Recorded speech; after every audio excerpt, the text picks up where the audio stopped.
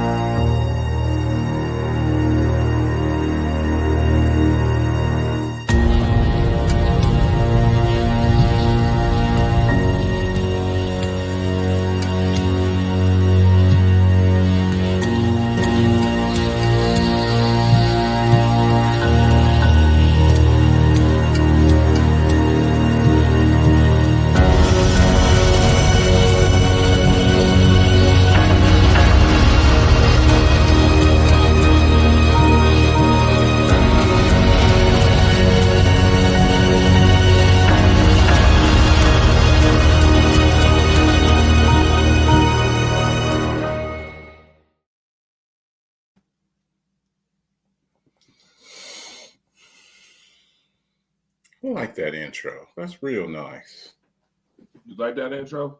Yeah, that's real nice. You need to do another song, man. That song you made a few years back, man, you need to do that. You need to spit a few bars, man. I might need to contract you to do a intro music for Alphabet's football show. I might need to do that.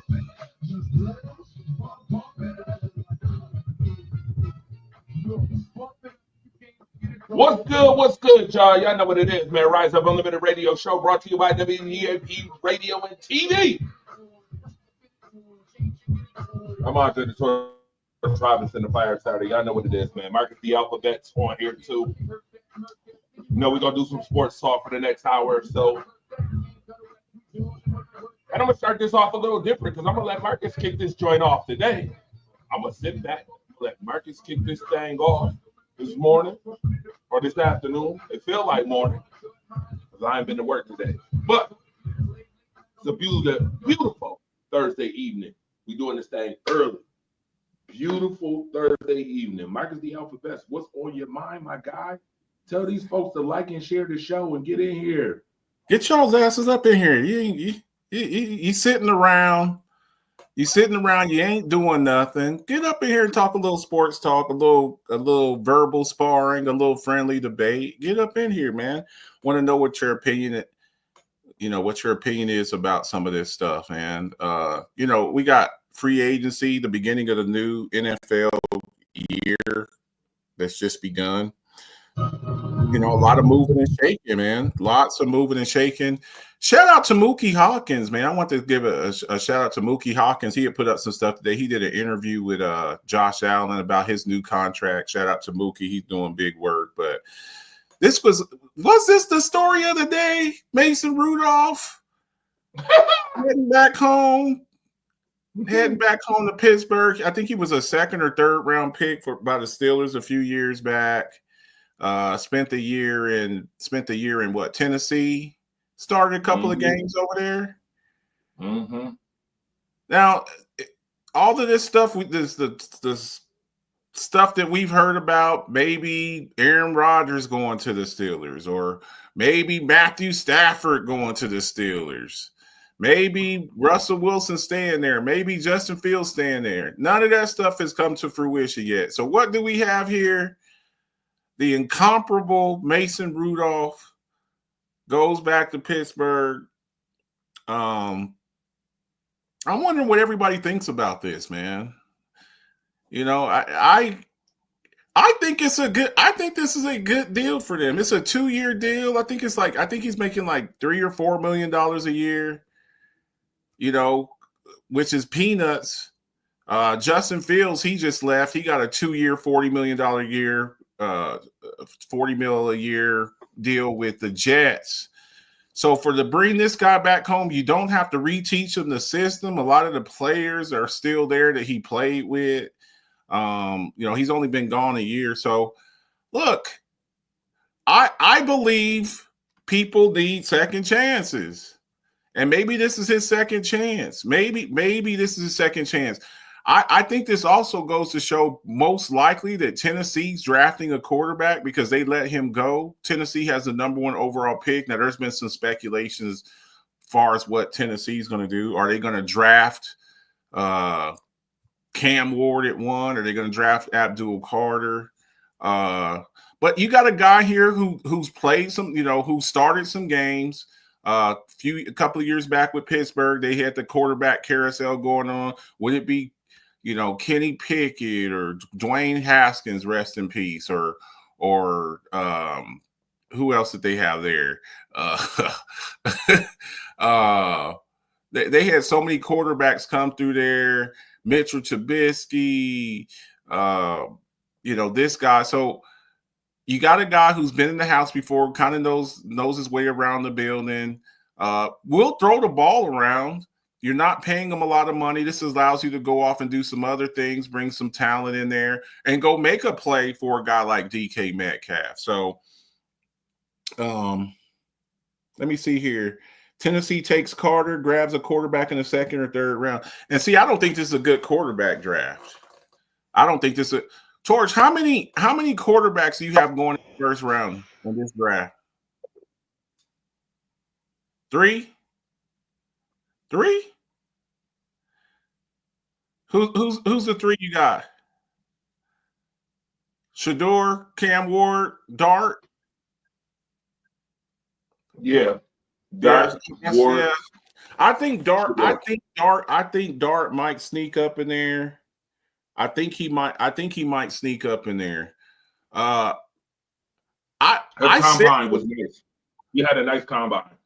He did. He really did. He made himself a lot of money. I don't have a problem with it. I saw people laughing about the whole bringing back Mason Rudolph thing. I don't think it's a bad move. I think it's a good move as far as you got somebody who knows, who he's a professional.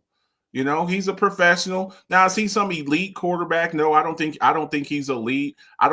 He's not a Hall of Fame, all pro, Pro Bowl type player, but he's a guy that can win you some games. He's a guy, if you put some things around him. Now, we talked years about what team has the best 1-2 punch on the outside. For years, we talked about, Tyreek and Waddle. We talked about Higgins and Chase.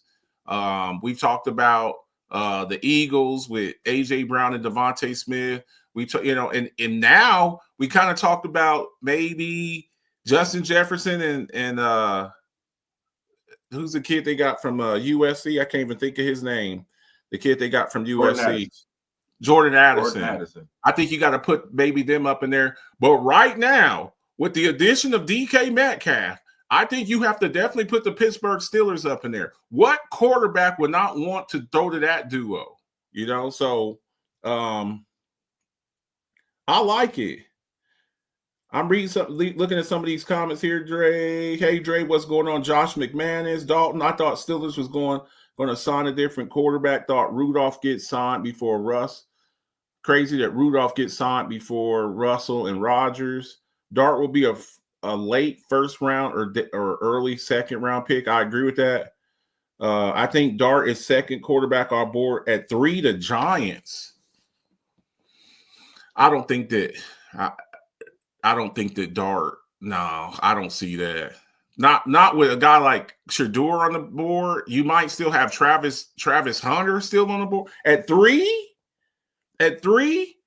Jackson Dart at 3, I don't see it. I don't see. Not over Travis Hunter? Over Travis Hunter? Over Ashton Genty? Over Ted McMillan? Over Mason Graham? I don't. Now I know that they need a quarterback, but that's why they're talking to a guy like Aaron Rodgers. I don't think this is a good quarterback draft. I just don't. Ian says Ward to Browns at 2, Sanders to Giants. Yeah, I think Sanders could go to the Giants at 3, Dart to Raiders at 37. Yeah, I know they need a quarterback, but that's Jackson Dart at 3. I don't see that. I don't see that. So we'll see what happens. Congratulations to Mason Rudolph. Congratulations to him. You know, you get it's very rare that you get a second chance to go back somewhere and maybe redeem yourself a little bit. So I like it. What your thoughts on the whole Mason Rudolph thing, Torch? What do you think? He ain't gonna take no helmets off. Is he gonna hit people over the head? No, he can if that wasn't him. That was Myles Garrett. Myles Garrett. That was Myles Garrett. Myles Garrett hit him over the head. Myles Garrett hit him over the head, Yeah. right? Yeah. Also thought Trey Lance wasn't going through. How did that Trey Lance thing work out? I told you then Trey Lance wasn't ready. They did it, but I do it based off of logic and not some of these dumbass GMs. I told you Trey Lance would not be all of that. When you did call it, I will give you credit for that, but it was that nonetheless, that was still a dumbass move. Pittsburgh is desperate. Yeah. Only 2 quarterbacks scored in the first round. Dart only being drafted in the first round if a team trades back into the late first to get him. I agree with that, Rocco. Definitely. What's up, Marcus Herring? What's good with you, fam? So we'll see. You know, that was kind of the news of the day. There's been some other stuff going on, but you see how quick the quarterback market dried up. And Russell Wilson, he's still meeting with teams. They beating with Russ like he's 25, 26, man. Russ is 37. He going taking visits and stuff. Him and Sierra flying around, going to meeting up with teams and stuff, man. Like he 10 years younger, man. But hey, quarterback desperate teams do some desperate things, man. So we'll see what happens, man. Let's talk about these offensive lines, Torch. What we got here? What's good? We got the most expensive offensive lines in the league right now. Talking about protecting your quarterback. Carolina definitely put up $97.2 million based on the 2025 cost for all signed O linemen over the cap. Via over the cap, greatest cap hits are also shown on this slide, supposedly too. So Carolina, $97.2 million. Kansas City, $81.5 million. The Atlanta Falcons, $67.5 million. Broncos, $62.3 million. Chicago Bears, $62.2 million. Now, with these most expensive offensive lines, which teams do you not see making the playoffs? Not. Don't tell me who's gonna make the playoffs. I said, what team do you think is Carolina? Carolina. They spent the most, and I don't think that they make the playoffs. I don't think that Carolina makes it. The Chiefs are the Chiefs. The Falcons play in the NFC South. The Broncos made the playoffs last year, and I think the Bears are coming. You know, we talked about this last night. I think the Bears are coming, man. I like Ben Johnson. I think he's going to bring an attitude over there. I think that they spent the offensive line. I know a lot of people don't like Caleb Williams. I know people don't like the antics. I don't think that a lot of people likes the fingernail polish. I don't think he's kind of he's kind of he's a different cat. He's got a Odell Beckham Jr. vibe to him, if you know what I mean. But he's a talented dude.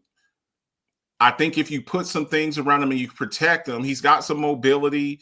He's got that Patrick Mahomes type mobility. I'm not saying he's Patrick Mahomes. I'm saying kind of can, if he has to run, he doesn't look to run, but if he has to run, he can run. And I think that if they were to get a guy, I've done a few mock drafts with Chicago. I don't think Ashton Jeanty, a lot of my Cowboys fans, they say he's going to make it to 12. I don't think Jeanty's making it to 12. All of my mock drafts got Jeanty going either the Bears or the Bears or the Raiders. And I think if you with that offensive line, I think that they're going to be okay, especially if they get a good back and maybe pair them up with a guy like DeAndre Swift. So, and the Panthers. Now, I like what the Panthers are doing. I like what the Panthers are doing. I just think that Bryce Young's gonna have to take a real big step forward. What's going on, DeAndre? Carolina. I'm reading some of the comments here. DeAndre, what's good with you? Bears are the winners of the offseason so far, in my opinion. Okay. Falcons and Broncos. I guess he's saying who doesn't make it. Jay Will. Marcus Herring says the Bears. So we'll see what happens, Look,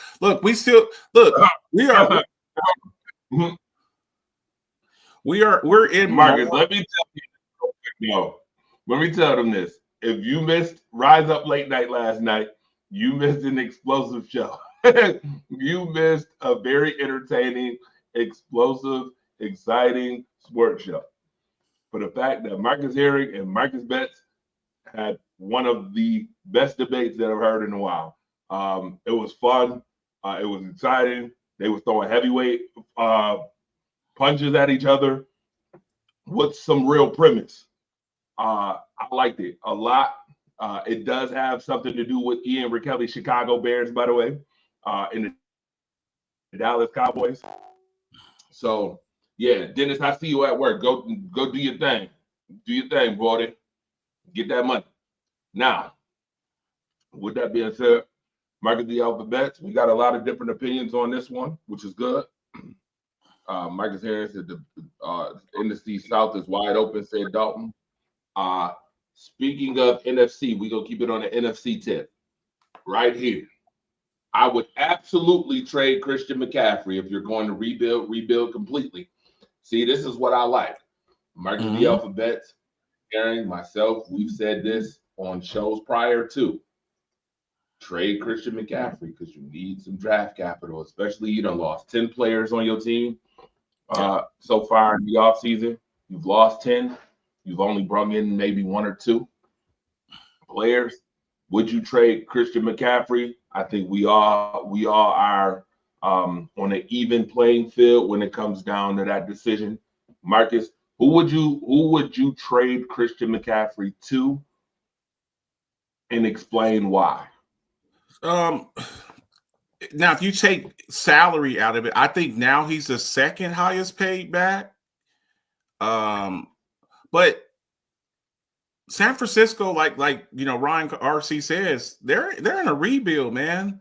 I think San Francisco's about to nosedive, man. You lost Deebo Samuel, you lost a lot of these other players. You lost Dre Greenlaw, you lost Charvarius Ward, you lost Hufanga, you lost Javon Hargrave. You got Brandon Ayuk coming back from a torn ACL. I don't think that they're going to be very good this year. And you've shown that your running backs on your roster have been able to still do well. They do well in true Shanahan tradition. Back when Mike Shanahan, his dad, used to coach the Broncos, they would just bring any running back in there. They went from Terrell Davis and all of these backs that they had. You don't need the 49ers don't need Christian McCaffrey anymore, in my opinion. I think that they had the kid last year, Isaac Guerendo. He was like their 5th string running back, and he was running all over the place.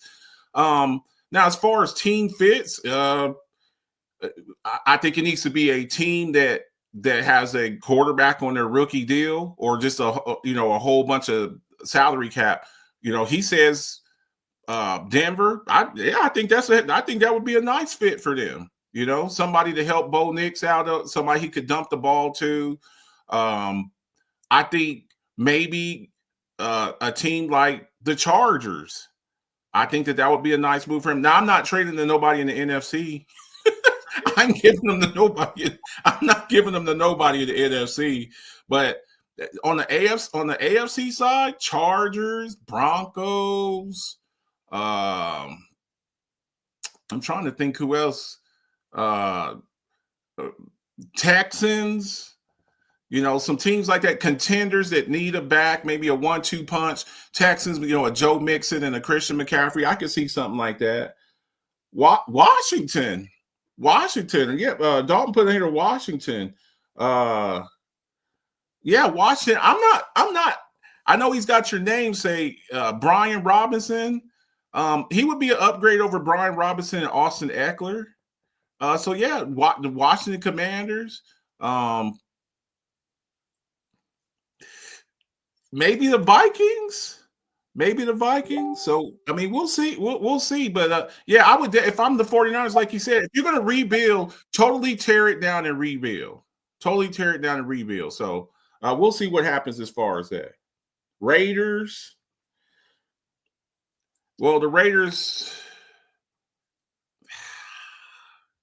yeah, I mean, I guess, yeah, the Raiders – yeah, he could go to the Raiders. Now, the Raiders have an opportunity. See, the thing about it, though, here's what people have to understand. If you trade him, you also got to pay him. The man's the second highest paid running back in the league behind Saquon Barkley now. If I'm the Raiders, I can draft Ashton Genty, and I can pay him $2 million a year. Or you can trade for Christian McCaffrey and pay him $15 million. I'd rather get Genty for $2 million, and he's 21 years old. Christian McCaffrey's 29, going on 30 years old. So I'm going with, if I'm the Raiders, I'm just going to draft my running back.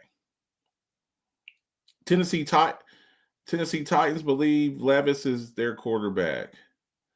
They don't like Levis. They benched Levis's ass last year. The Pats, CMC be close to home, and yeah, I mean he grew up there. His dad, Ed McCaffrey, played there, so we'll see what happens. Though, what we got? What do you think, Torch? I think he needs to go to a contender. I think he needs to go to a contender. Yeah, I don't want to see him. I wouldn't be the guy at this point in my career that wants to go to just some regular Douglas. I don't want to see him go to the Patriots. They're not going to, as he might be a multiplier. I don't think he multiplies that enough to where the Patriots get somewhere. I don't think he multiplies the Raiders to get to a playoff game, especially in that division right now that's hot with the Chiefs, Broncos, and Chargers. Tennessee. I mean, Tennessee is I would think about that one. I mean, Houston is hot right now. Tennessee's already got Tony Pollard. Tennessee's already got be making more moves. Fell off a little bit.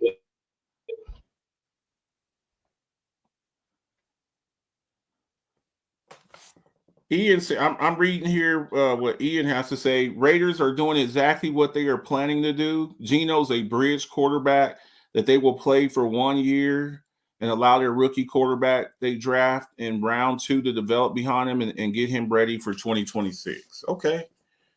Like I said, I don't know what quarterbacks. I think Jackson Dart is going in the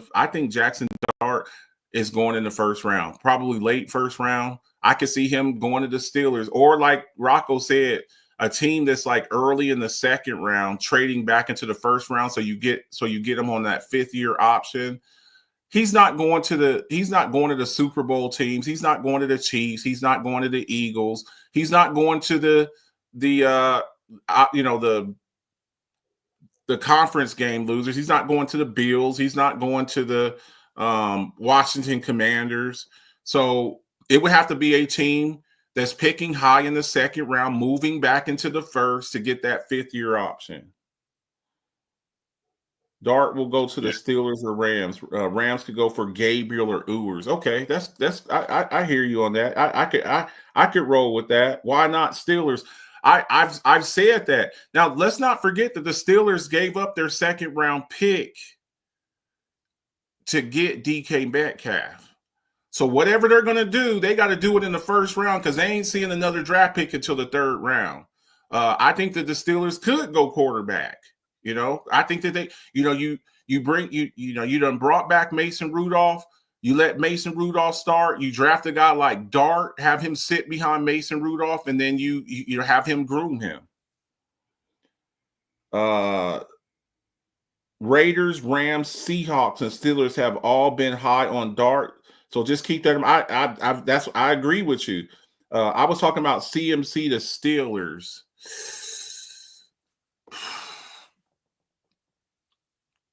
If you put CMC on the Raiders, wait a minute. If you put CMC on the Steelers, you got a whole nother problem. Yeah, but you got DK Metcalf, Pickens. CMC. Here's the thing, though. Do the Steelers want to pay him $15 million a year? Right. Do you want to pay though? You got to pay. That's what I'm saying, though. You're going to have guys like Christian McCaffrey. You got to pay. You got to pay for him twice. You got to pay. The 49ers, they're going to probably ask you for. You don't have a second round pick. The Steelers don't have a second round pick. Do you want it? Breaking news right here on Rise Up Unlimited Radio Show. Sorry to interrupt. The Buffalo Bills just signed Tyler Lockett. Now that's a good move. That's a good move. That's a good move. That's a really good move. Because now he doesn't even have to be their number 2. He could be their number 3. Now that to me is a good move. That's a hell of a move. That is the move I'm talking about. Legit moves. Now I can understand the Palmer move more. You understand what I'm saying? Mm-hmm. I get it. The Bills don't really see. You know what? I'm gonna be honest with you. I think, and this is just me, Marcus. I think, and here's my theory. And this is just real. If you really want to play, let's go down memory lane. Mm-hmm. If you really think about it, let's think about Buffalo Bills number 1s. Let's think about the ones that the Bills have had last couple years. Think about it. Stephon Diggs. Well, first and foremost, I think Stephon Diggs, that whole Stephon Diggs thing, I think discouraged Buffalo from number 1s like that, who want the ball, who are demanding for targets. Look before him. Who'd you have before that? Who has the Buffalo Bills had as number 1s before that? Peerless Price. Was Peerless Price Stevie Johnson to the world? Stevie Johnson. They had Stevie Johnson. Nah, he was a 2. Yeah, Stevie Johnson. Oh my goodness. First of all, we ain't even gonna talk about Kelvin Benjamin. He doesn't to me. Eric Moles. He's not a 1, 2, 3, 4. Eric Moles. Eric Moles. I think that the Bills are discouraged from getting number 1s like that because they want to run what you saw in the past New England Patriots type of offense. They want to run the type of offense that has a bunch of receivers that can get different things done without having to worry about, well, I got to throw the ball to this guy. Force feeding one guy. Yeah, because now when you look at their wide receiving room, you have Lockett, Palmer, Samuel, Coleman.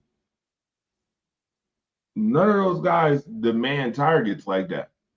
And Lockett's not going to demand targets like that, not at his age. Lockett's not, and Lee Evans, and Terrell Owens, right. They're not going to demand targets. Now, here's my question to you, Marcus. Mm-hmm. Do the Bills now still sign James Cook? Do they sign him?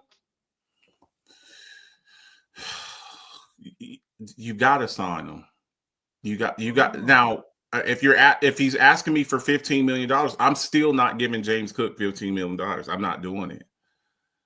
I do think that he needs a pay. I think he deserves a pay raise. I still think he's the second best player on your team. But if I start doing it, first off, you want me to pay you 2 years early, right? It's he wants to get paid like a year or two early. I can't do that. And then you want to be the second highest paid running back in the league. I can't do that. I can't. When you look at the backs that are, when you look at the backs that are out there, I don't view James Cook as this. He's a good back. I don't view him like that though. I don't view him. Now, what he does for the Buffalo Bills is very impressive. He's 195 pounds, and I understand he's been very productive. I can't give James Cook $15 million. Now, if you want to, I know Josh restructured his deal. But I personally, I couldn't give James Cook $15 million. Now, do you bring him in there and be like, hey man, can we meet in the middle somewhere? Can we do 11, 12? That we can, I think that they would be willing to do that, but $15 million, I couldn't do that. And if he's demanding that, and this goes on to like training camp, I think you have a problem at training camp. I think, he gets to training camp. Do you want to deal with that? Y'all want to deal with that? You want to go to training camp and he's sitting over on the sideline pouting because he's not happy and he's seeing everybody else get paid. He's seeing Gregory Rousseau get paid. He's seeing Terrell Bernard get paid. He's seeing Josh Allen get an extension. I'm like, I'm the second best offensive player on this team and I can't get a raise. I think that creates issues. So I do think he probably will get paid, but I don't think he's going to get $15 million. I don't think he's getting $15 million. All right. Comments. Go ahead, Marcus. Deborah Beatty says, "What's up? Asking any Cowboys fans on here, has Micah been extended yet?" No, Micah's in Dubai right now. Seriously, he's in Dubai right now. Question, Dre and Marcus, how many running backs do y'all think will go in the first round? I think only 2 running backs go in the first round. And I'll give you the names. Genty and Omarion Hampton. Torch, how many running backs you got going in the first round? I'm leaning.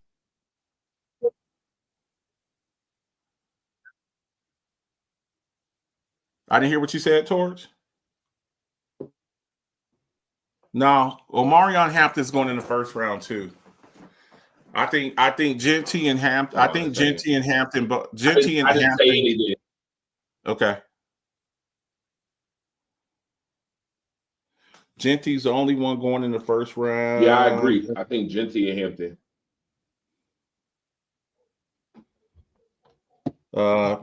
Rocco says Genty's the only running back going in the first round. Hampton, Henderson, Judkins, Johnson will be drafted in round 2 or 3. Now, I think you're going to see a situation like a couple of years ago with Bijan Robinson and Gibbs. I think you're going to see a situation like that. Omarion Hampton, I like Omarion Hampton. If Genty's gone at 12 for me, I'm moving back 6 or 7 spots and I'm drafting Hampton. Now, I'm not moving back too far because I could see a team like Pittsburgh draft him at 21. But somebody's going to draft Omarion Hampton in the first round. Book it. Hampton to the Chargers. What about Hunter? Where are you placing? I think Hunter's a top 5 pick. Hunter's a top 5 pick. And the reason he goes so high is because you got a guy who's a two-way player. Now the big question for Hunter is, where do you play him? I got him as a cornerback. I think he's going to be. I'm saying primarily, I think he's going to be he's not playing 100 snaps a game, 80 to 100 snaps a game like he was playing at Colorado. I would have him in situational offensive starting cornerback and some packages at wide receiver on offense. Absolutely. I would get him doing the Cordell Patterson type of role, except for he would just be playing both sides of the ball. Well, Patterson plays running back too, so right. I don't think, and Cordarrelle Patterson is also 225 pounds. Running back. I didn't mean that by playing running back. I meant by playing just two positions. That's what I meant. Playing two positions, except for he would just be playing defense and offense. I got him in the Deion Sanders role. Deion Sanders in Cowboys mode. A starting cornerback with some packages mixed in with him at wide receiver. That's the compare. Yeah. Now he's 185. He's 185 pounds. Now did he play special teams? Do you want your starting cornerback playing special teams? I've seen it.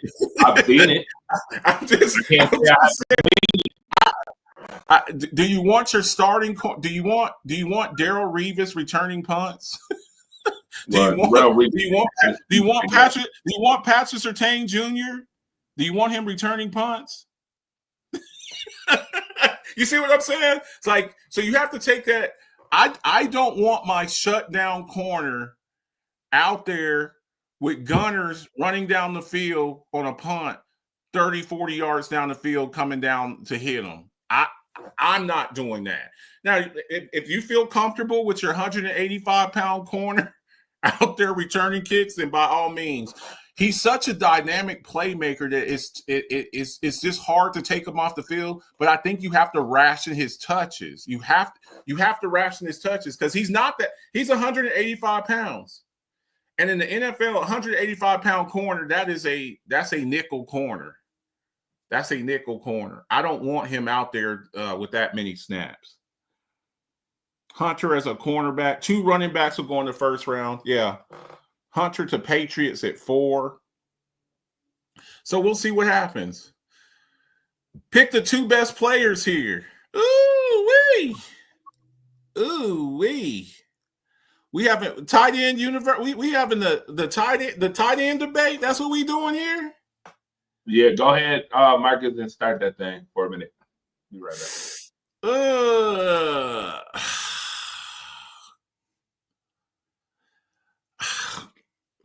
Man, this hurts, man. See people, this right here is when you have to take the fandom out of it. Y'all know I'm a Cowboys fan. I'm not picking Jason Witten. See how easy that is? You have to be able to, when you're analyzing sports, you have to take your team fandom out of the equation. I love Jason Witten. I'm gonna be honest with y'all here. Okay, y'all ready for this? Of these 6 tight ends that's on this slide right here, y'all ready? Jason Witten is the worst one out of this 6. Does that surprise y'all to hear me say that? Jason Witten on this chart right here is the least talented tight end on this. Now, I think Shannon Sharpe was a trendsetter. Shannon Sharpe and probably Kellen Winslow Sr. for the Chargers back in the day, they were the trendsetters as far as the flex tight end, the tight end that you could flex out, put them in the slot, put them in motion. You see, he's not that big of a dude. He was like 225 pounds. These other guys, you're talking about 250, 260, huge dudes. The best 2 here, though, Tony Gonzalez and Gronk. Tony Gonzalez and Gronk. Let me read these comments. Gronk and Shannon. Tony G and Shannon Sharpe. Melissa, this is tough, but I got to go Shannon Sharpe. not because he was a Bronco, but he was damn good. The next one I'm struggling with.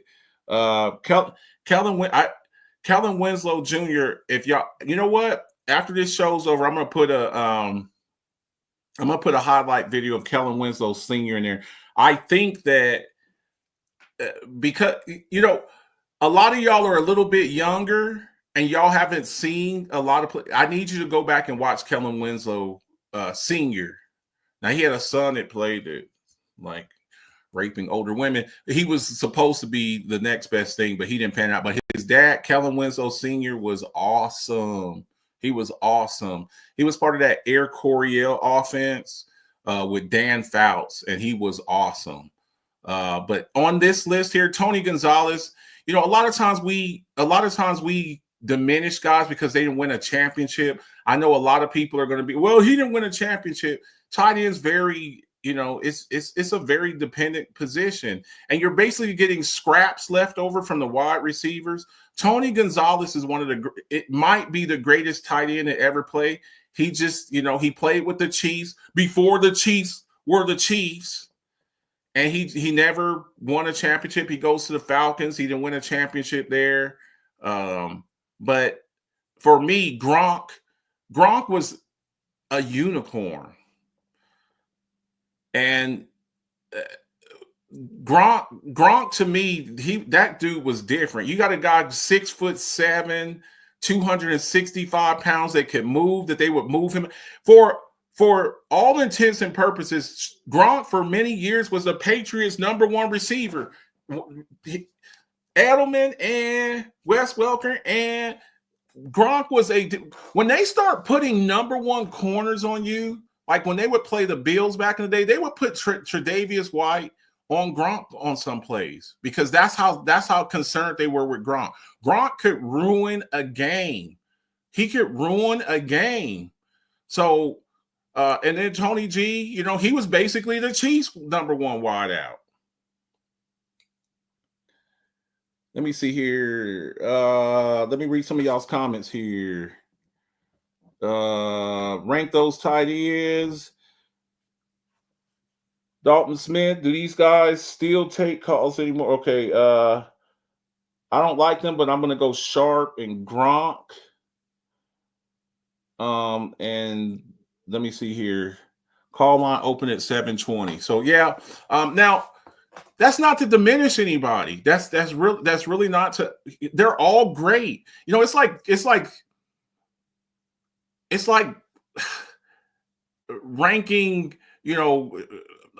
sports cars. Would you rather have a Lamborghini or a Bugatti? Would you ever have a Porsche, a Lamborghini, or a Bugatti? Like there's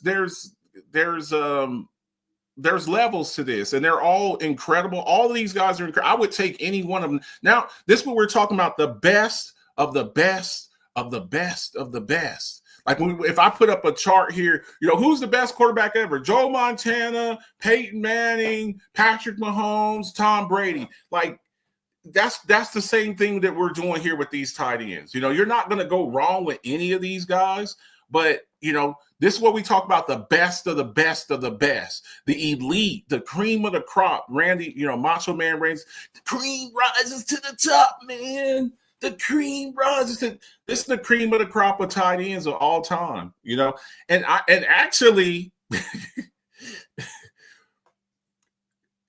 all of them are Hall of Famers. I mean, of course, Kelsey's still playing, so but 5 years after that, after he's done playing, Kelsey, he's going to be in the Hall of Fame. He's a first ballot homer.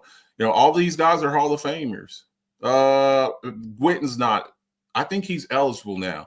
And Antonio Gates just got in. I think he's on this year. I think he's in this upcoming class. Antonio Gates.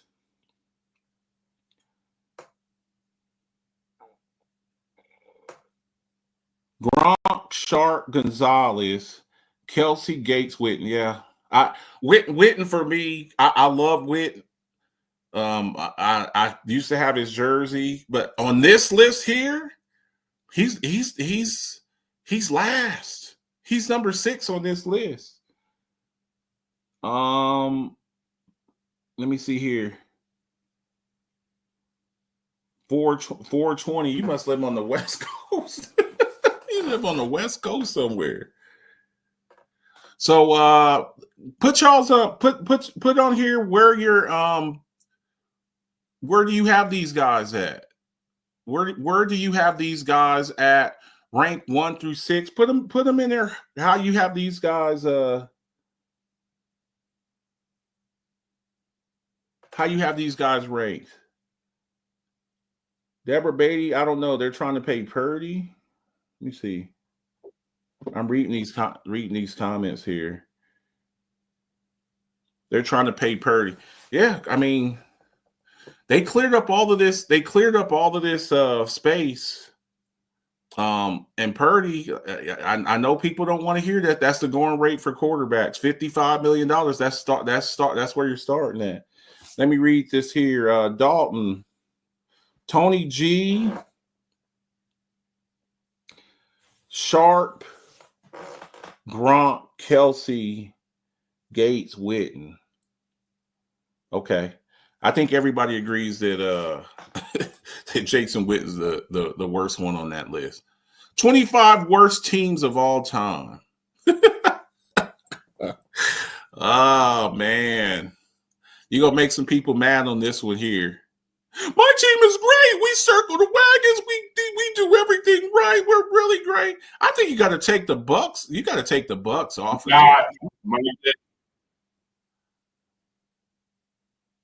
got to take the Buck. You got to take the Bucks off of there. The Bucks cannot be on there. You got to take the Bucks. Do not deserve to be on that list. They do not deserve to be on that list. Falcons. The Falcons been the two. I mean, I know that they lost, but the Falcons. I don't think when I think of the Falcons, I don't think one of the worst franchises ever.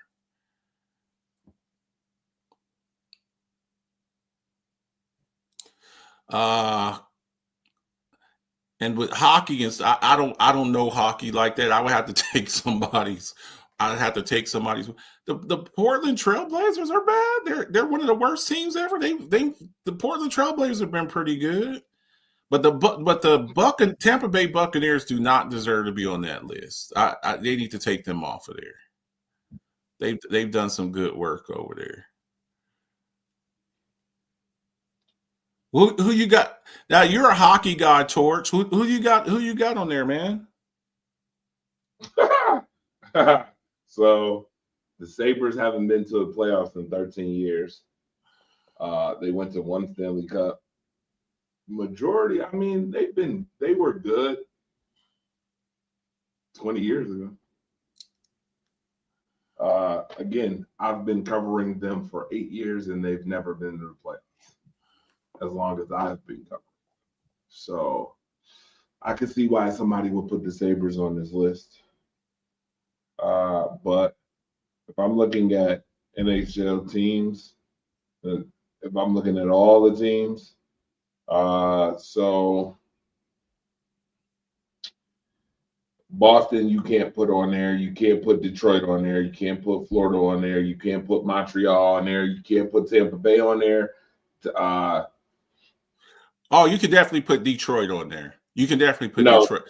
No, we're talking about Detroit. We're talking about see. You're thinking Detroit. You're talking about the Lions. I'm talking about you. Asked me about hockey.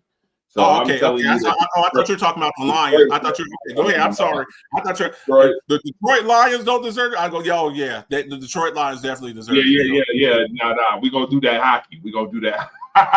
We doing that hockey at the moment for like 2 seconds. Toronto, no. Chicago, no. Colorado, no. Dallas, no. Minnesota Wild. They on here? Minnesota Wild. They better be on here. They trash. Take the Sabres off. Take the Sabres off. Put the Minnesota Wild on here. Nashville Predators, nope. St. Louis Blues, nope. Winnipeg Jets. Now, see, here we go. The Colorado Avalanche. I mean, Patrick Waugh back in the day. Patrick Waugh back in the day. You're not putting them on this. You definitely ain't putting the Colorado Avalanche on this. Yeah, I'm saying No that's disrespect. Look, I'm not a big hockey person, but I remember Patrick Waugh and the boys, man, that winning a Stanley Cup. If you've won a championship or been to several championship games, you do not deserve to be on one of the worst franchises of all time in sports. Correct. So I'm taking the Bucks off of there. The Bucks got 2 Super Bowls. Now if you're talking about when they first came into the league in 1976, 77, and their coach said, "What do you think about the execution of your team?" And he said, "I'd be all for it." He was talking about the execution of like their plays. And he was like, "I would be all for it, like execute like they should be executed." Yeah, those old creamsicle Bucks. Yeah, but this Bucks with that logo there, they got 2 Super Bowls, so they got to take that off. They got to take the Colorado. They got to take the Avalanche off of there too. That's just disrespectful. Wait a minute, Colorado ain't on here. Where do you see Colorado Avalanche at? That's what Melissa said. I didn't see it. That's the Rockies. That's Colorado Rockies. That's baseball. That's baseball. Yes, Colorado deserve to be on there. The Rockies do. Rockies is boo-boo. They ain't been good since Ty Hilton. Since Ty Hilton and the boys. Colorado sucks. I ain't gonna hold you. Keep them right on there. The Rockies, they can stay on there.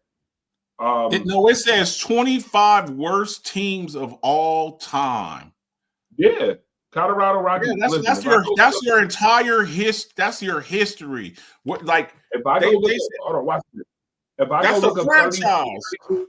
Right. If I go look up the 30 teams in baseball right now, Arizona Diamondbacks, they've won a championship, by the way. Arizona Diamondbacks won one. Oakland has won. Blaze,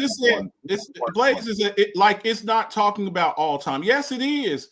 It's not talking about all time White Sox. It's talking about last year's team. Last year, the Detroit Lions were 14-2.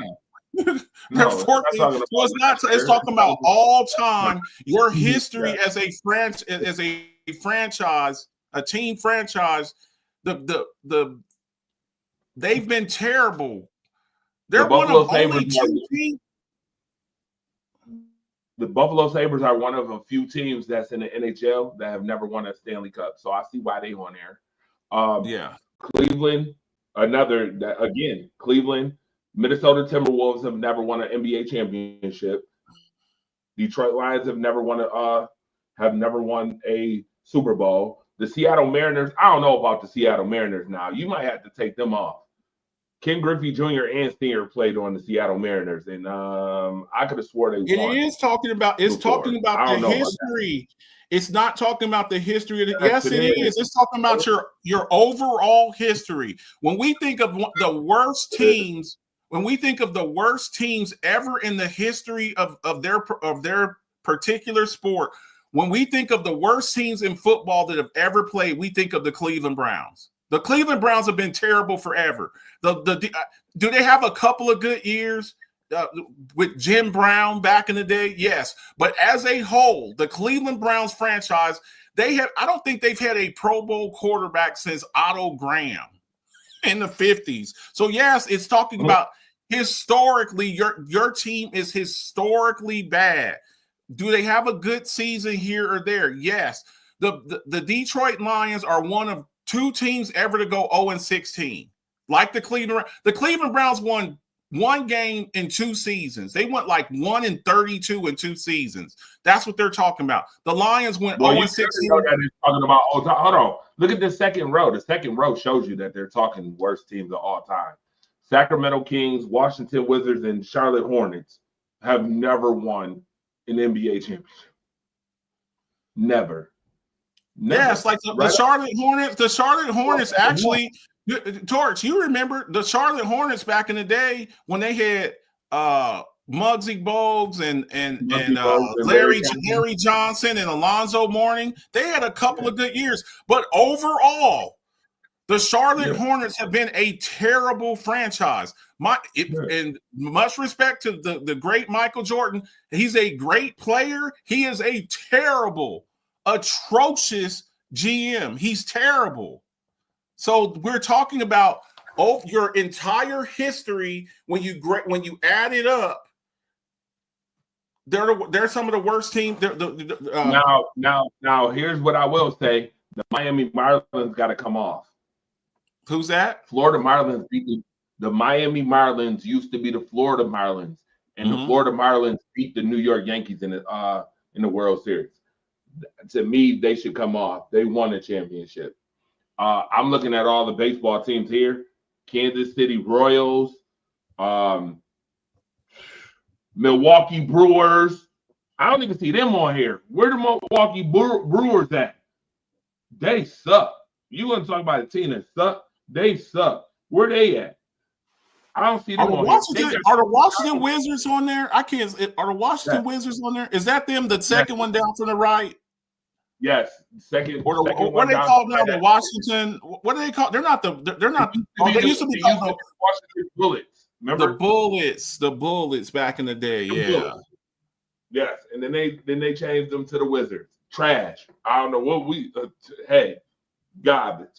Straight garbage. I think the Chicago Cubs. I think the Chicago Cubs should be on there. They went like 100 years, man. They were terrible, man. They won one finally, though. Yeah. You gotta give them winning.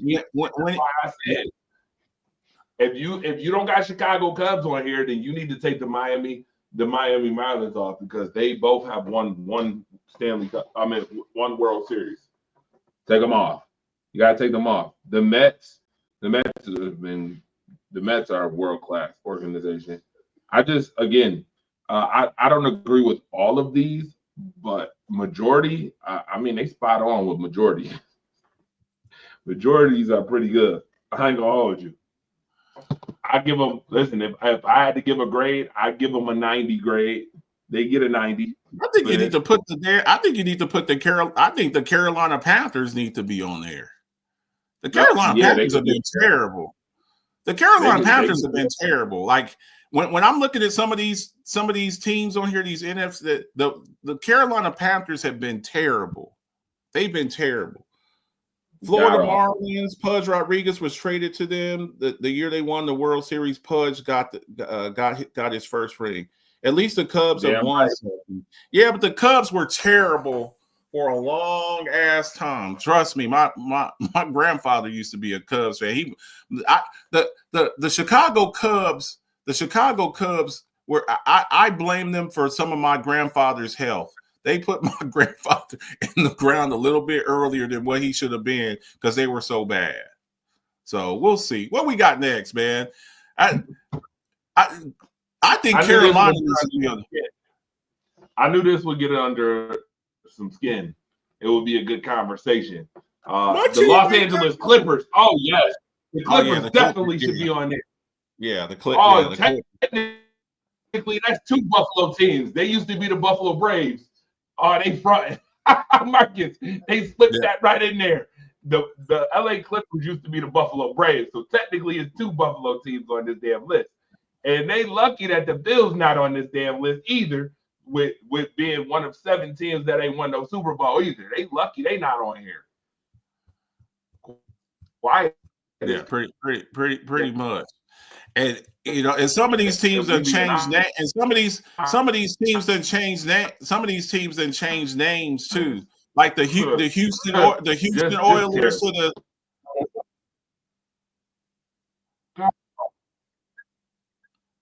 Steph Curry, the greatest shooter that's ever lived.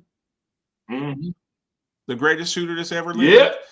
I'm trying to think of all of the great 3-point shooters that I've watched.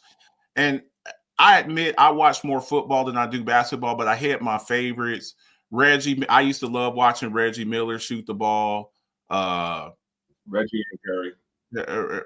Reggie Miller was I love Reggie. Ray Allen, I used to like him. Ray Allen. Ray Allen, but these guys, they ain't this dude, man. They're not this dude. This dude here, and dude, this dude be pulling up. This dude be pulling up like at half court, bro. This dude. Curry is the greatest shooter of all time, and he got to have 4,000 3-pointers made.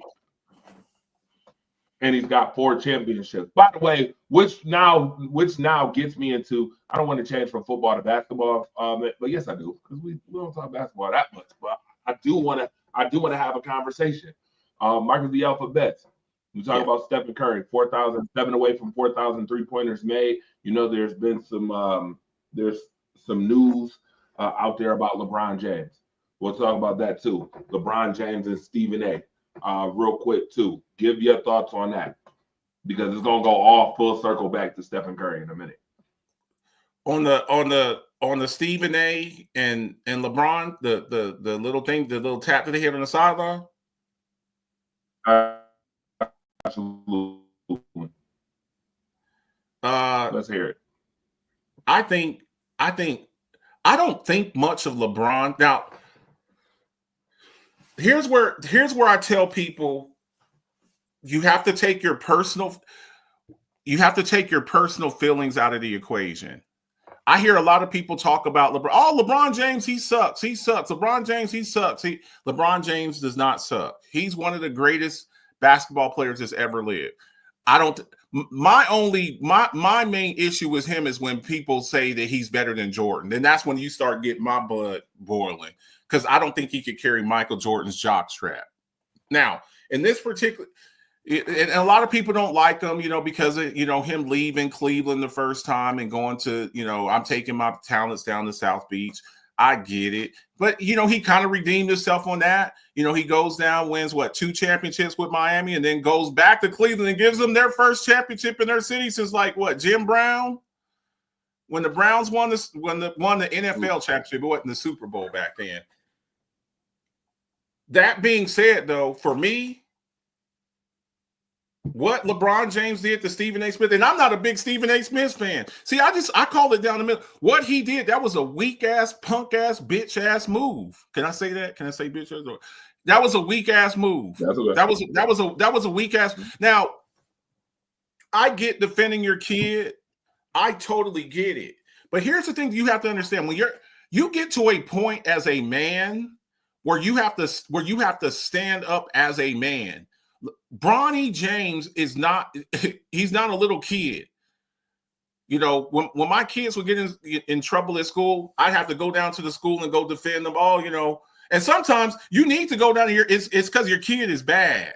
And a lot of parents, they don't want to, oh, my son, he's an angel. Your kid's not an angel. Your kid's a hell spawn, but Bronny James, let's keep it a buck, Torch. And I saw somebody in the Rise Up page, because I put something up in there because I posted about that in the Rise Up page. And this guy's like, oh, he's just as good as any other 12th man on a basketball team. Do we know any other 12th man on a basketball team? The last man at the end of the bench. Do we know who they are? Do we know what their name is? If Bronny James' name was LeBron Smith or LeBron Johnson or LeBron Jones, would we know who the hell he is? No, we would not. And he said, well, he's a 55th pick. That's a second round pick. That's still a fairly high draft pick. And you're averaging 1.3 points per game. Stop it. Now, you ran up on Stephen A. Smith, who's 180 pounds. Now, what if Shaq would have said that Bronny sucks? Would you have ran up on him?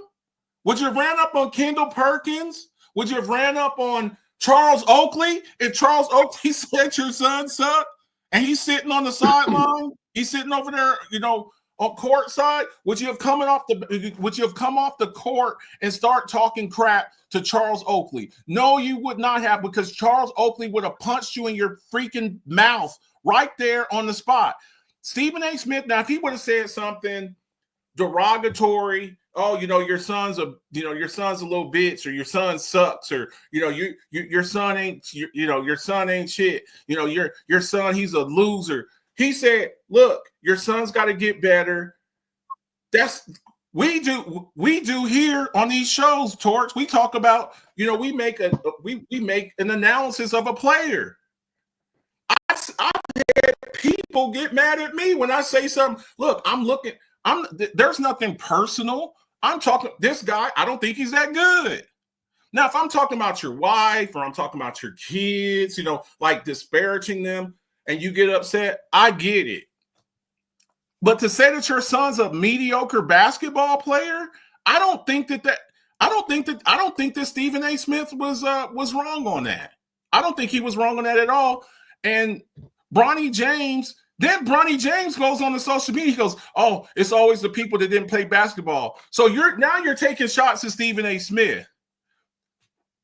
He played at Winston-Salem State, and I think he only averaged like 1.3 points a game. But he is a NBA analyst, and he makes more money than you just calling games. Stephen A. just signed a 5-year, $100 million deal with ESPN. He makes $20 million a year to talk about sports. He makes more money talking about sports than you do playing basketball. So Torch, you know how I feel about nepotism. I told you that. I told you this when he got drafted. I said that's nepotism. It's nepotism. That's pure and simple. Because if he wasn't LeBron James coerced the Los Angeles Lakers to draft him. I don't think he gets drafted that high if it wasn't for the Lakers. And the Lakers, as a GM and Jeannie Buss, I'm a little bit disappointed with her because I'm like, your job is to look after the franchise. I have to look at LeBron James. How much time has LeBron James got left playing basketball? Because he had always said his goal was to play with his son, right? He said that. My goal is to play with my son one day. You're putting your franchise, I just think you're putting your franchise in jeopardy. So I'm with Stephen A. Smith. I wish more people would come to Stephen A. Smith's defense, but I see a lot of the NBA players their side with LeBron is. I don't think Stephen A. Smith said anything wrong. Please don't talk about the fraud. Please don't talk about the fraud. Amen.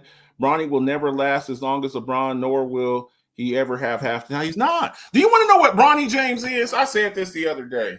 You ready, Torch? You want to know who Bronny James is? You ready? He's Marcus Jordan.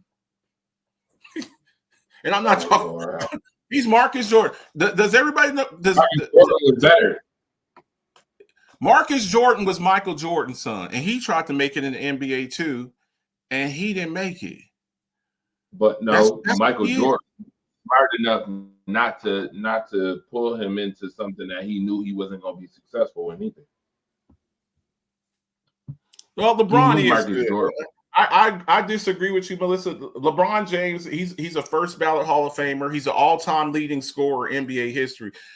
We have to take the personally don't like a person with their skill level. LeBron James is one of the greatest basketball players that have ever lived. My only discrepancy when people say he's the best ever, because I don't think he's the best ever, because I've watched a lot of basketball. I would take Kobe over him. I would take Michael over him. I would take Kareem Abdul-Jabbar over him. There's 20 basketball players in NBA history that I would take over LeBron James. At least 20. Now, if you want to say he's one of the best small forwards to ever play, if you want to say he's the best ever small forward to ever play, we can have that debate. Well, when you say the best player ever, you can miss me with that. You can miss me with that. All right, so breaking news. Just when I thought the Bills could do something right, I have to retract the statement made earlier. The Bills do not have Tyler Lockett. They have Laviska Shenault.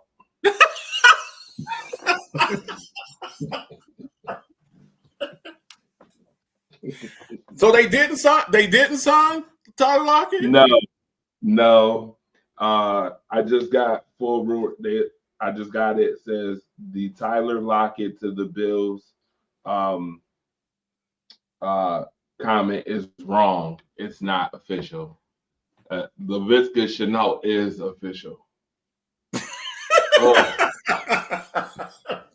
You said right when I'm trying to give y'all a little bit of credit. Right when I'm trying to give y'all a little. We go again. Going to Walmart, trying to get Wegmans quality again. Mike, I'm not. I'm not going to stop saying that until they stop.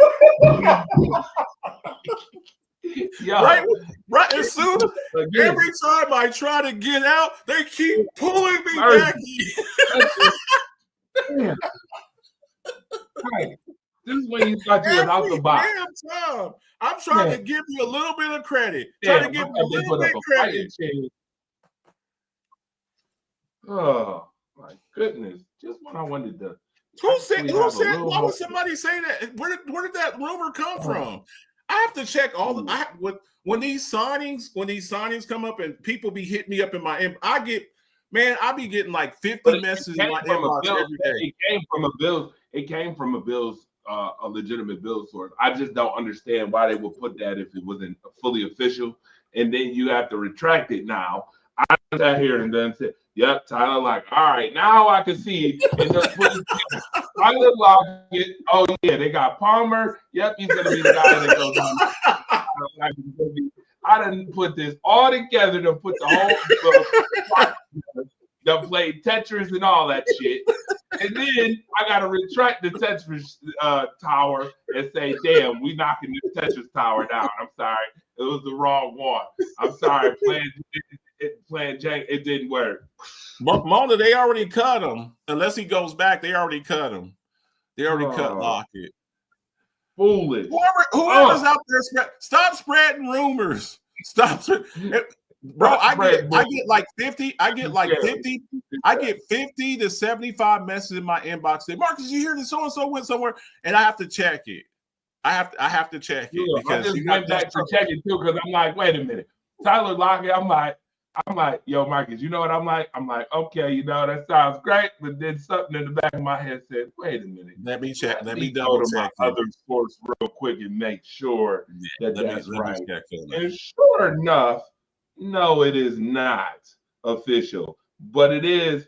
Wide receiver Laviska Shenault is signing with the Buffalo Bills per Aurora Sports. Yeah. Laviska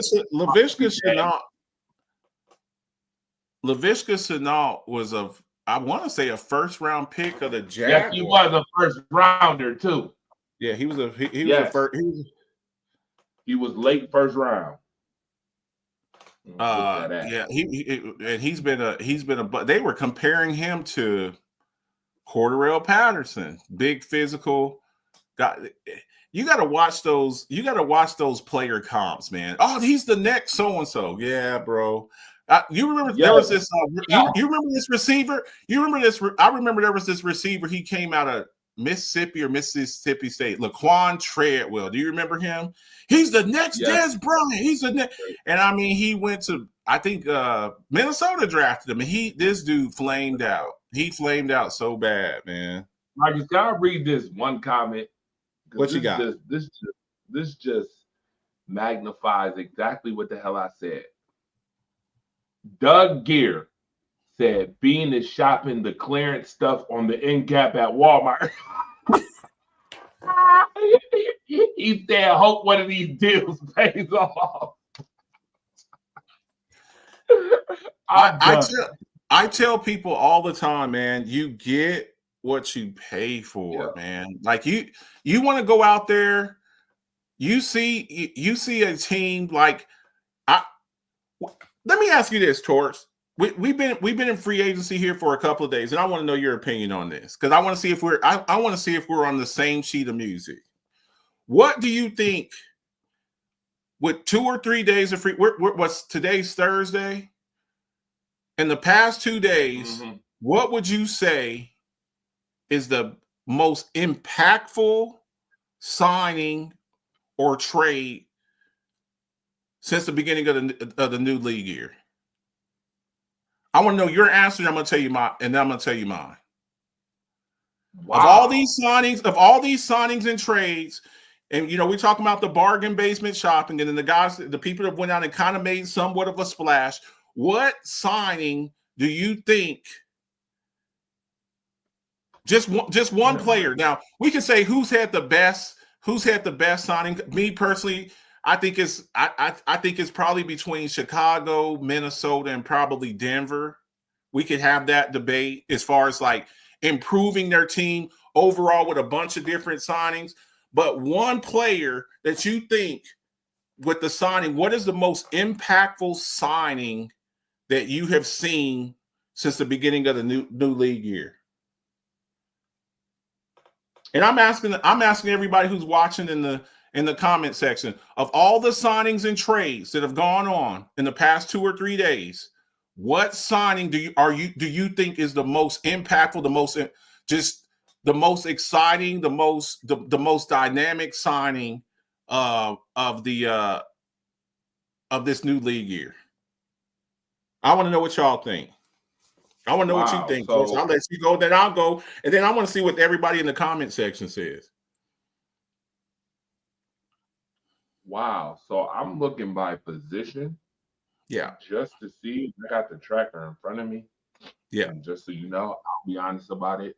I'm not going to pretend to be Stephen A. Smith like I ain't got something in front of me. I got the tracker in front of me. I mean, that's fair. I mean, there's been dozens. There's been a lot of. There's been a lot. Yeah. By position. What? Just what? Wow. It don't have to be. I'm gonna be honest with you, Marcus. A lot of these don't even move the needle for me. Yeah, one moves the needle for me. One moves the needle for me. Oh my goodness! Hold on. For me personally, while you're waiting for your response, I'm gonna give you mine. DK Metcalf. Oh DK Metcalf. And I'm not talking about keeping your own players. Because I mean, if we're going to say that, okay, when the Cowboys re-signed Micah Parsons, okay, I'm talking about going outside of your organization and saying we're going to go get somebody that moves the needle, that's going to be a dynamic playmaker on either side of the ball, whether it's a defensive player or offensive player. For me, the Pittsburgh Steelers going to get DK Metcalf and saying, you know what? They've been inept. We talked about this last night on late now. They've been inept. They've been inept on the offensive side of the ball. I got three. Dowdle's a backup.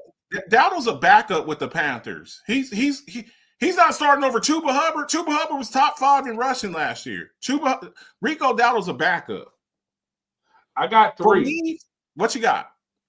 And they're all on the defensive side.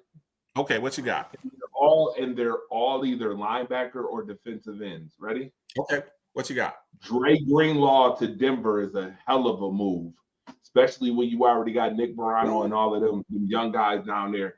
That to me is a good move. That's Greenlaw. What I'm saying as far as what team has had with all of the signings that they've had. To me, the Vikings. Devon Kinlaw is a good move to Washington. That's a good move. Kinlaw is a good move. And the third one, and I'm going to mess with Marcus on this one a little bit when I say What you got? What you got? But Grady Jarrett to the Chicago Bears is a good one, too. I think the Chicago Bears have had it. I like what they're doing with their offensive line. Yeah. I like what they're doing with their offense. I like the moves that the Broncos have made. Getting Evan Ingram at tight end. I like Evan Ingram. Now, I think they need to go get another wide receiver. Because they got Cortland Sutton. I think they need some more receiving options. I think probably in the draft they probably go get a running back. Now, in the next couple of days, we thought that Tyler Lockett was off the board. Now, where does Cooper Kupp go? I think that's another move there, depending on where he goes, Cooper Kupp. Now, is Cooper Kupp what he's been? No. I think we can all agree that Cooper Kupp is not the same player that he was 2 or 3 years ago when he won a Triple Crown. He did the same thing that Jamar Chase just did this past season. Most touchdown receptions, most catches, and most yards in one season. He's not that guy anymore. I think we can agree that Cooper Kupp is not that guy anymore. Yes. Cooper Kupp is not that guy anymore.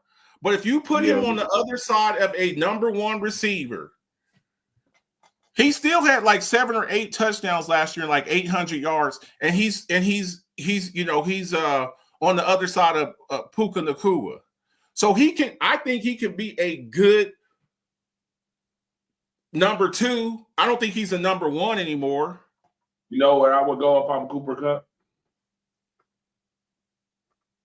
What you got? You know where I go if I'm Cooper Kupp? And this Who you got? This is one unpopular opinion. But if I'm Cooper Kupp, I'm hoping that the Green Bay Packers call me up and say that we got rid of Christian Watson and that I can come play with you. I can come play with them.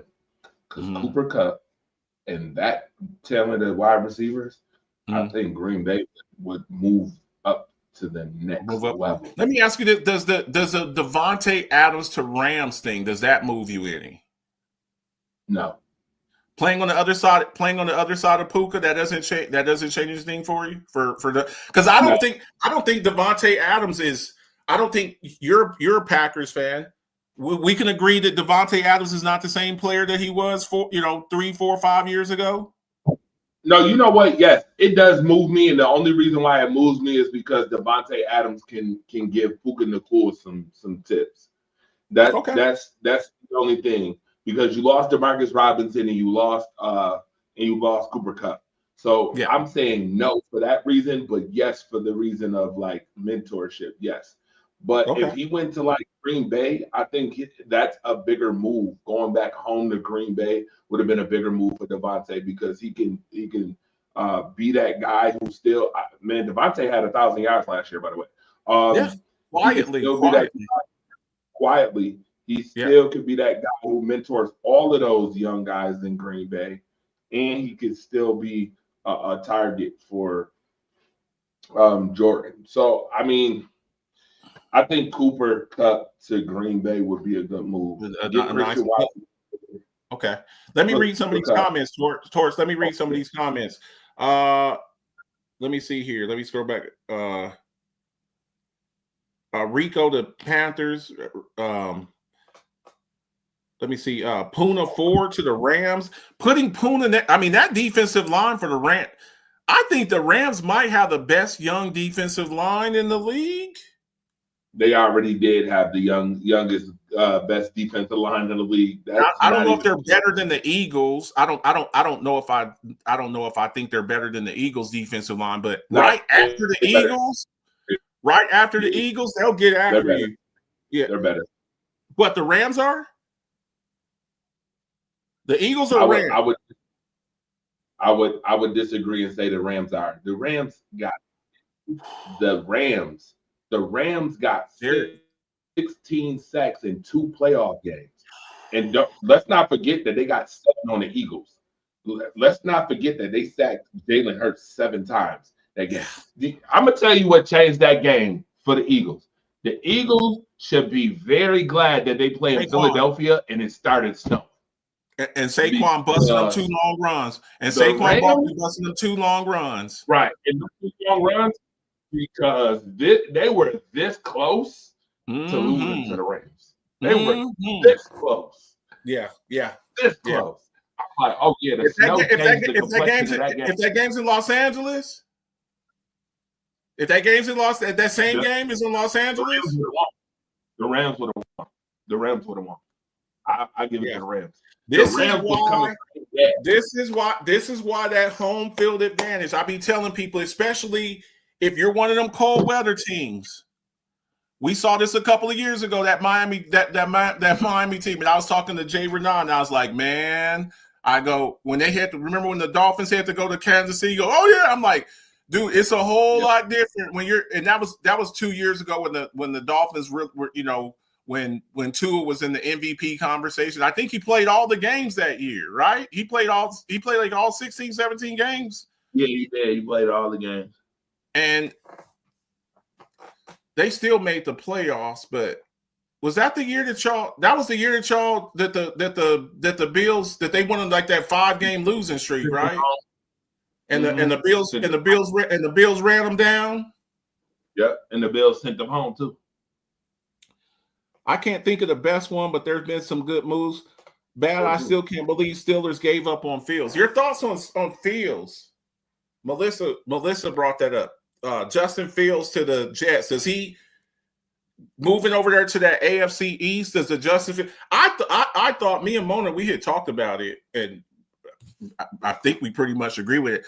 I wanted Justin Fields to stay in Pittsburgh. Justin Fields leaving, 2 years, $40 million to the Jets. Does that move the needle for you? With the whole debacle with Aaron Rodgers last year, Justin Fields going to the Jets, does that move anything for you? No. No. The reason why I say no is because Aaron Glenn has to prove that he can coach as a head coach. He has not yet proven that he can coach as a head coach. So until he can prove that, no, absolutely it does not. But I will say on the optimistic side of things that the Jets are a very young team now. They're very young. Watch how Houston got good. Watch how Houston got good. Being young does you plenty of service nowadays in the league. Being young, and I mean that's not just in one league. That's in multiple leagues. Ask the OKC Thunder how they feel about being young right now.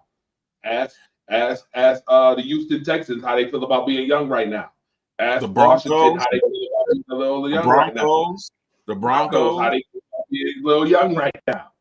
Ask them about feeling a little young. Being a little young. Oh, ask the Bills. Do y'all know that the Bills is one of the younger teams? I didn't even think of that. Ask Green Bay right now how they feel about being young. Ask Green Bay. They young too.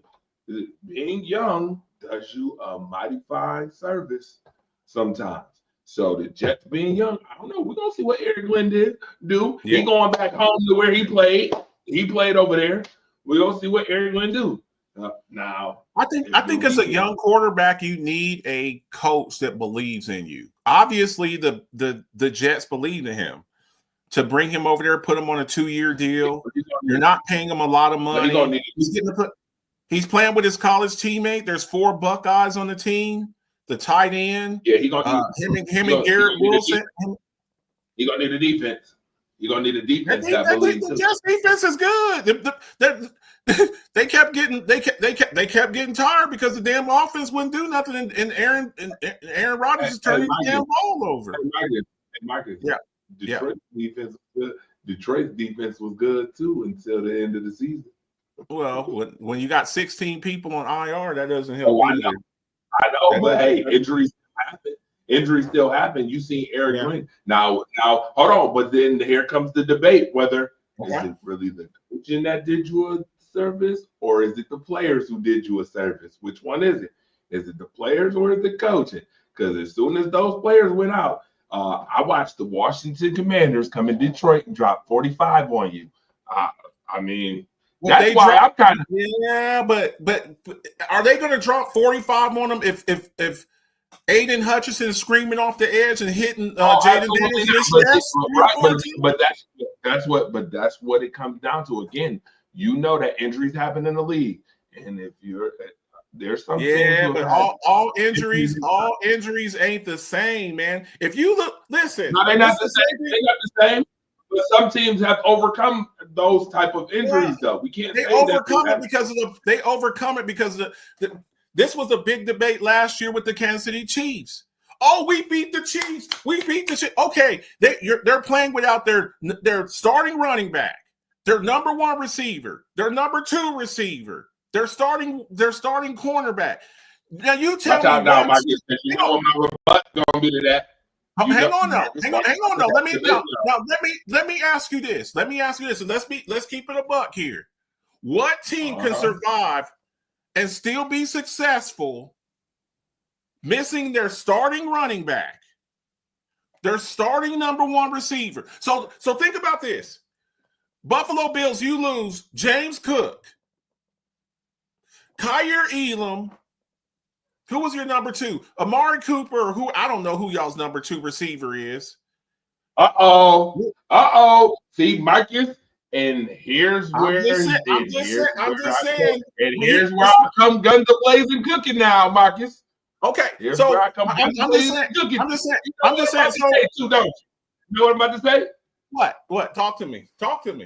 What team survives when you lose? I got you. What team survives when you lose Stephon Diggs, You lost Gabe Davis. Dawson Knox was injured for majority of the season. You had Dalton Kincaid injured for majority of the season. I'm talking about. You're this talking was before the Amari Cooper.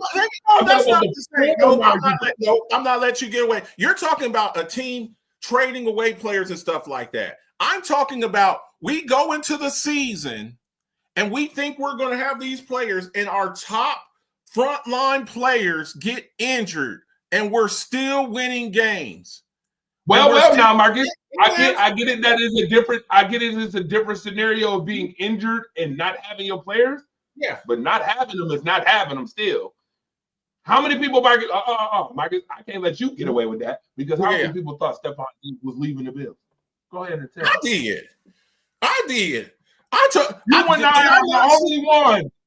You remember the post? Remember the when he was putting out those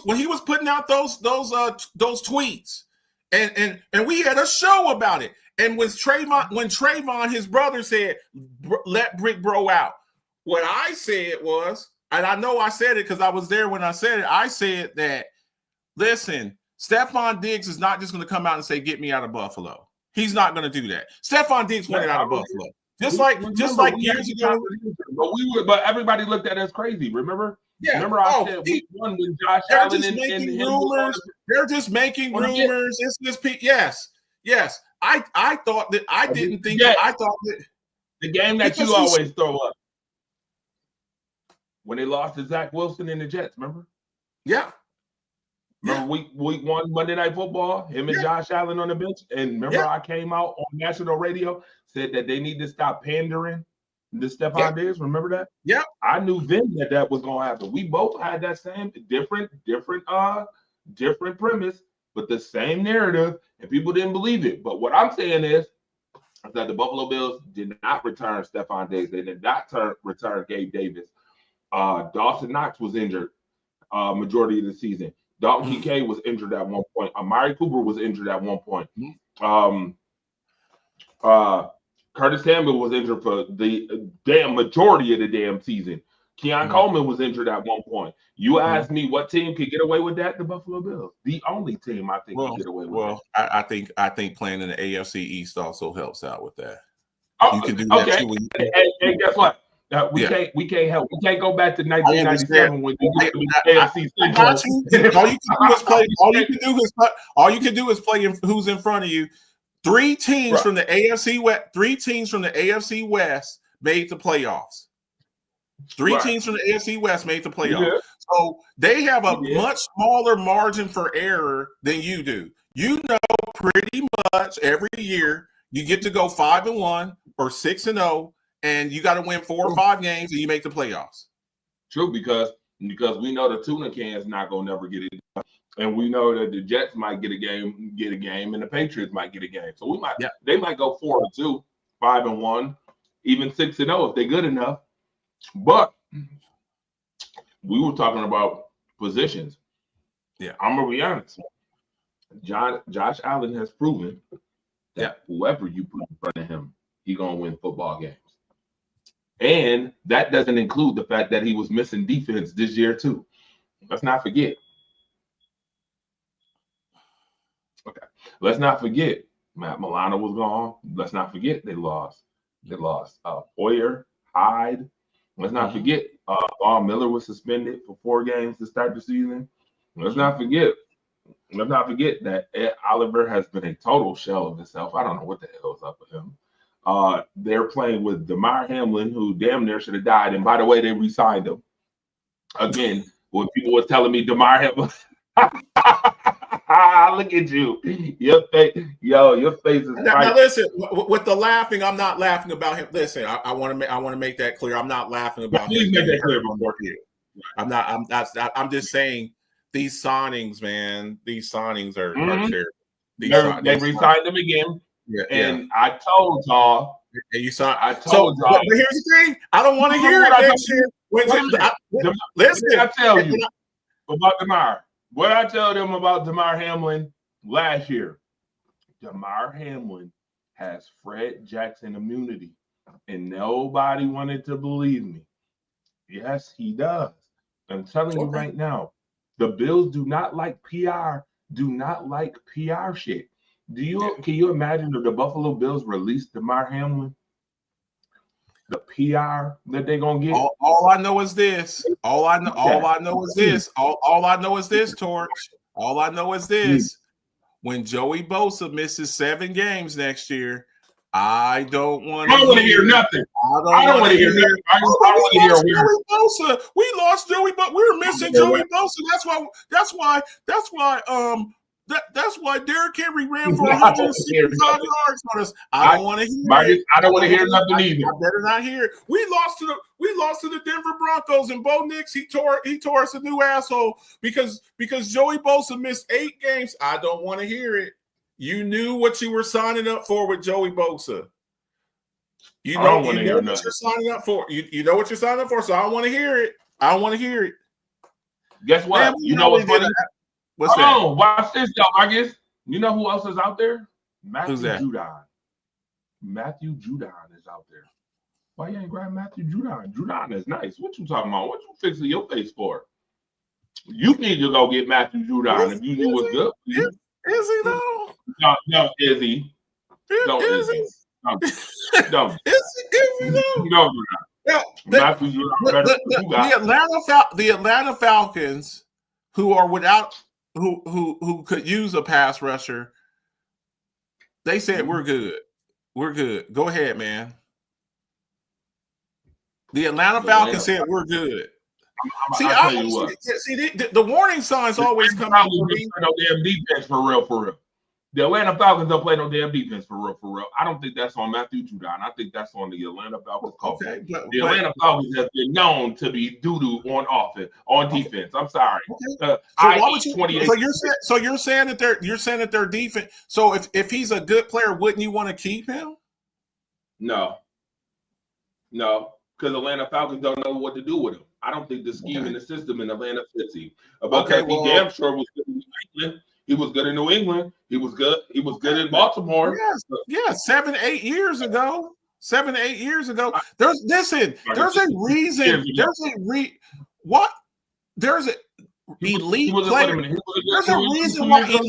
There's a reason why elite players don't generally get traded. There's a reason why. It would be like, okay, so we just had the thing with Myles Garrett. If Myles Garrett, if the Browns had went and said, go ahead and go seek a trade, how long would Myles Garrett be on the open market? How long would he be on the open market for? If the Cincinnati Bengals right now said, you know what, we don't want to deal with this crap no more, and they let Trey Hendrickson be free, they just released him. How long would Trey Hendrickson be free? If the Dallas Cowboys release Micah Parsons today, right now, how many minutes would it be before you heard on ESPN Micah Parsons signed with the so-and-so's? That's what tells you right there how long you are on the free agency. That tells you how great of a player you are, because great players ain't if the Buffalo Bills cut Josh Allen today, okay? If the Buffalo Bills cut Josh Allen today, how long would he be a free agent? And what type of contract would he get? Is he getting just $55 million like the way that the Buffalo Bills are paying him right now? Or does he get $65 million today if he was free?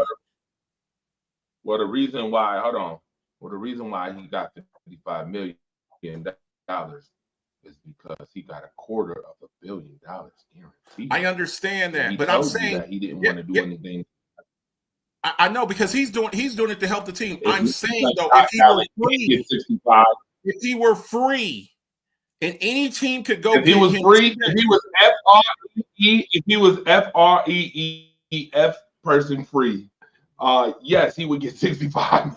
That's what I'm saying. So last year, the Tennessee Titans, they cut Ryan Tannehill, and there were 10 teams that needed a quarterback, and nobody signed them. Not even for a veteran minimum, a vet minimum. What does that tell you? The entire league, the entire not just the Tennessee Titans, the entire league thinks you suck. That's what that means. That's what that means. Wait a minute. Time out now. So you saying Matthew Judon sucks? No, what I'm saying is if he were as good as what you think that he is, again, I'm saying me and Mona, we have a segment on our show called There's Levels to This. We're talking about an edge rusher, right? Never mind. You can stop talking. Matthew Judon got signed to the Philadelphia Eagles. He got signed. Too bad. Now. Yep. Mm-hmm. Yep. Now if you tell me the Detroit Lions was pursuing him too. Because with that, now that's a depth piece. That's a guy who was a former really great player. He's not going in there he's going in there on where does he fit at on the Philadelphia's defense? What's his role? I can tell you what his role is going to be. Yeah, he's going to be a positional. He's going to be a positional player. He's going to be a situational pass rusher.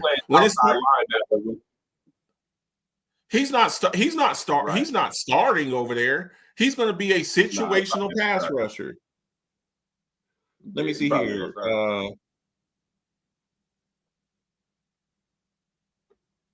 Dalton Smith, I came in, they were talking about worse teams. I had to do something. You're good. You're good. Point is, there's never late on shows. Listen, man.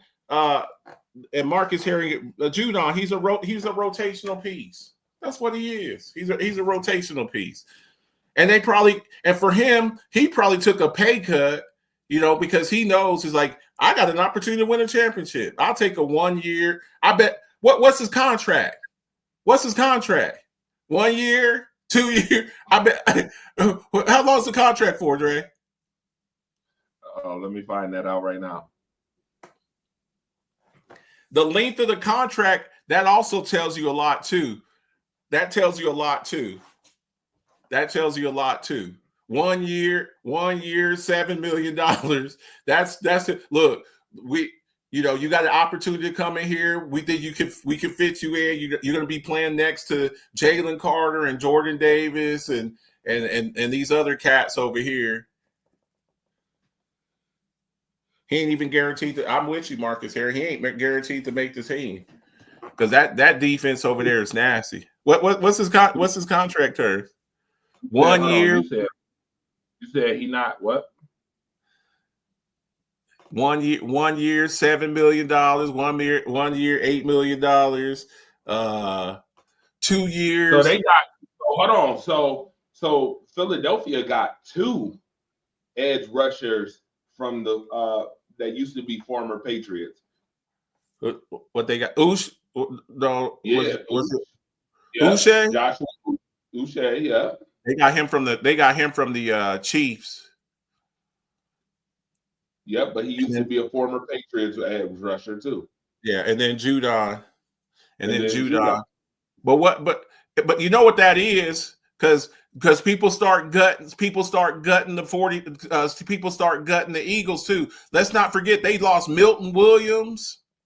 Yep. Who could have been Davis, they lost Josh Sweat. Yeah. They lost Josh Sweat. Yeah. And that's what happens when you start having some success. People start gutting your team. They lost Uche and Josh Sweat and Milton Williams. Three starters. I don't know if Williams was a starter because he plays tackle, I think. But you lost three players off of that defense. Then they got rid of. Didn't they get rid of Chauncey Gardner-Johnson too, the safety? Yeah, he went to the Texans. So, Why we can't? Yeah.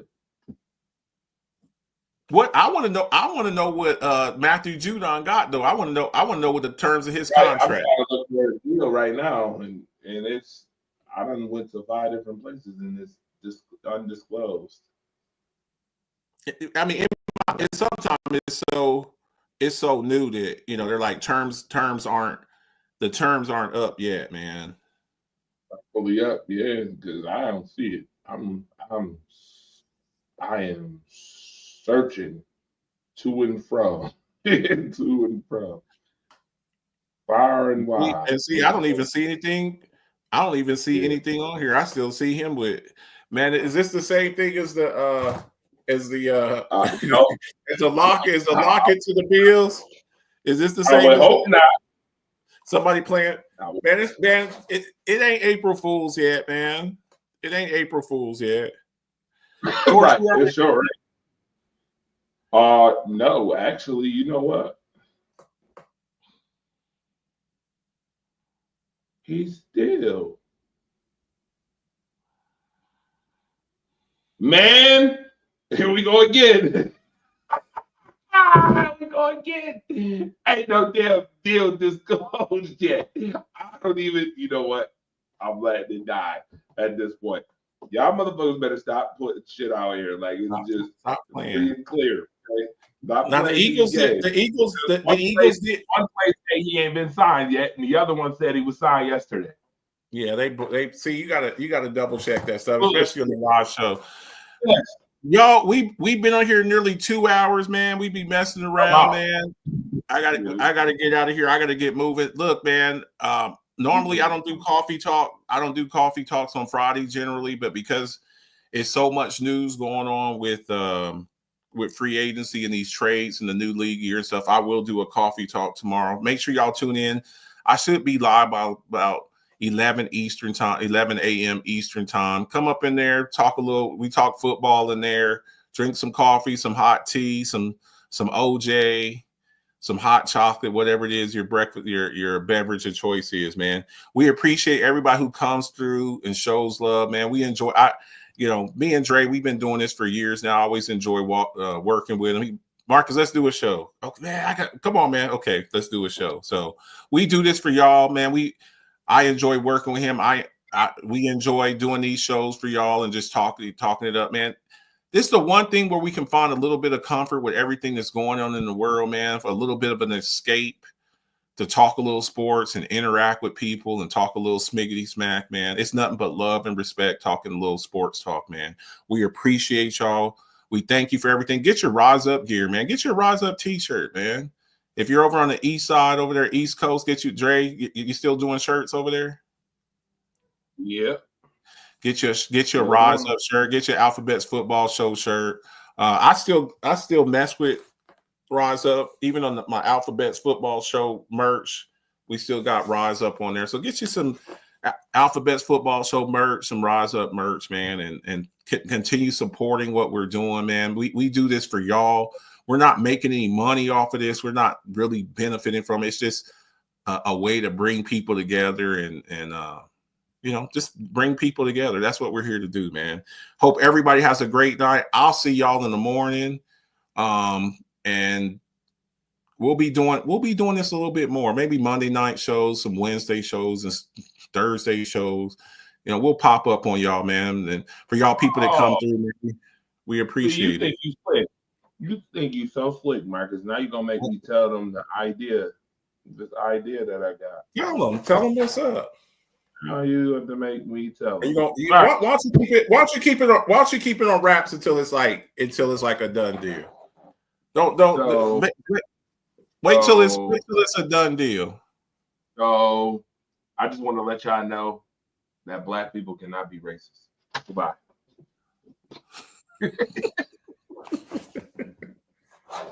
Bye. For those who don't know that. Goodbye. It's been real. It's been fun. But it ain't been real fun.